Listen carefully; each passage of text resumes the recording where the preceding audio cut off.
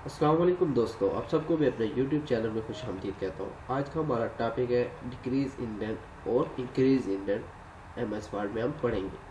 चलें हम शुरू करते हैं। आज मैं आपको बताऊंगा इंक्रीज इंडेंट और डिक्रीज इंडेंट क्या होता है। इंक्रीज इंडेंट और डिक्रीज इंडेंट किस मकसद के लिए इस्तेमाल होता है और कहाँ कहाँ पर इसका इस्तेमाल होता है। चले मैं आपको बताता हूँ। अभी जो है मेरे पास ये जो टेक्स्ट टाइप है, ये आप देख सकते हैं। मैं इसे सिलेक्ट किया और इसे सबसे पहले इंक्रीज इंडेंट के बारे में बताऊंगा आपको। अगर आप चाहते हैं कि आपकी ये पीछे वाली जगह खाली हो और आपका टेक्स्ट यहाँ से शुरू हो, तो इसके लिए आपको इंक्रीज इंडेंट इस्तेमाल होता है। ये देख लिया। जैसे जैसे मैं इसे इंक्रीज इंडेंट पर क्लिक करता हूँ, ये आगे, ये आप देख सकते हैं, ये हमारा टेक्स्ट आ गया।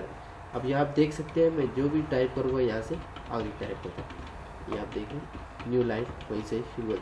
और आप यहाँ पर अपनी तस्वीर कुछ भी लगा सकते हैं।